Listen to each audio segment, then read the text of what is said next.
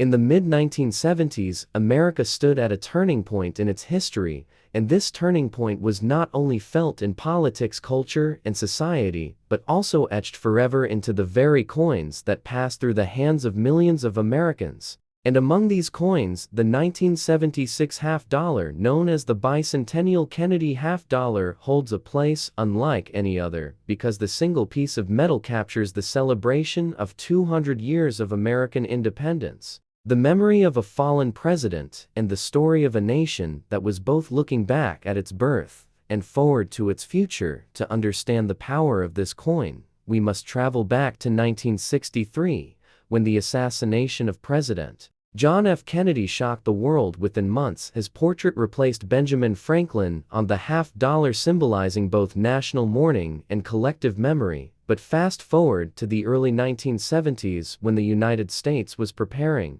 to mark the bicentennial of the Declaration of Independence, the Treasury and Congress knew that something special had to be done with American coinage, so the Mint prepared a commemorative redesign for the quarter, the half dollar, and the Eisenhower dollar coins, and in doing so they created some of the most recognized coins in modern US history. The 1976 Kennedy half dollar became a centerpiece of the celebration, bearing a reverse design unlike any other ever struck before. The reverse, designed by Seth G. Huntington, depicted Independence Hall in Philadelphia, the birthplace of American liberty. It was a design meant to capture the very heart of the bicentennial, the place where the Founding Fathers had declared freedom 2 centuries earlier, and on the obverse the familiar and iconic bust of John F. Kennedy by Gilroy Roberts remained a constant, reminding the nation of leadership, sacrifice, and enduring vision. The combination of Kennedy's image on the front and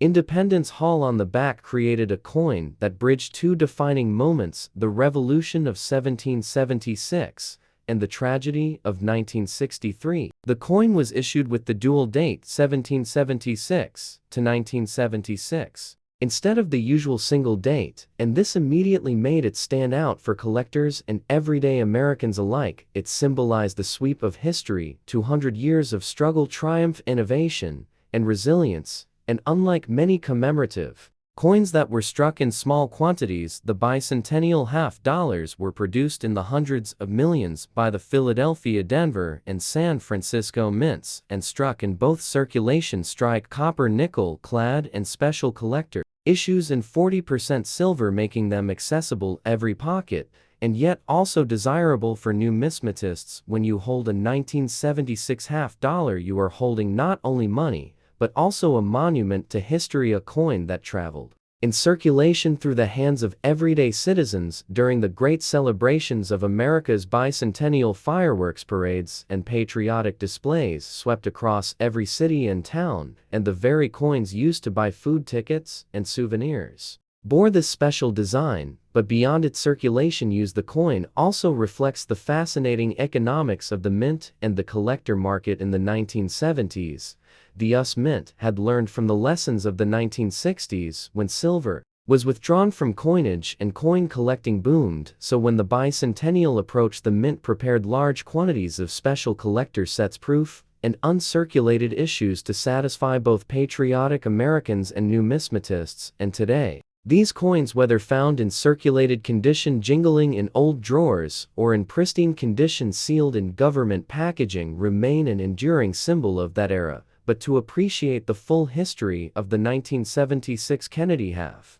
dollar, we must go deeper into the design, the production, the cultural meaning, and the collector value. We must understand the symbolism of Independence Hall, why Huntington's design was chosen, and how it competed with other proposed sketches. We must examine the production process in Philadelphia, Denver, and San Francisco, the challenges of striking dual-dated coins, the use of special bicentennial dies, and the decision to mint both clad and silver issues. We must look at the distribution and marketing by the Mint, how proof and mint sets were sold in massive numbers as keepsakes for the bicentennial celebration. We must also trace how the public reacted to the coin, how many Americans saved them as souvenirs rather than spending Them how dealers and collectors predicted future values, and how over time the market for bicentennial half dollars evolved, with some issues like the 40% silver proofs gaining stronger premiums while the clad versions remained common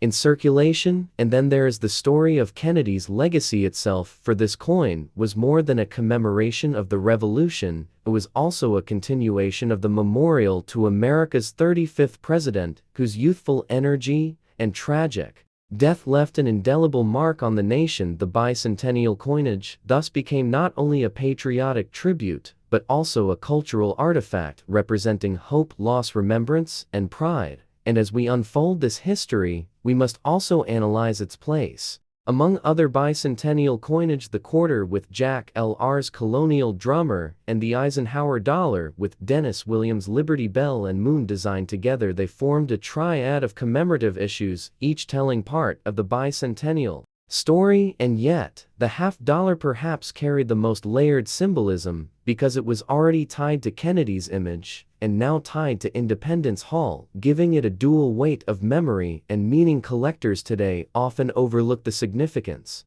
of the 1976 half dollar because of its high mintage, but true students of numismatics understand that rarity is not the only measure of importance. Significance, history, symbolism, and cultural resonance matter as much, and in those areas the bicentennial Kennedy half dollar remains unmatched. Over the course of this deep exploration, we will walk through the origins, the artistic competition, the symbolism of the designs, the role of the mint, the mintage figures, the varieties, including clad and silver, the proof sets, and the collector reception. We will examine how values have shifted over time, why certain issues carry premiums, and why this coin remains an essential part of any serious coin collection. By the end of this journey, you will see that the 1976 half dollar is not just a coin, but a time capsule, a patriotic emblem, and a memorial rolled into one small disc of metal.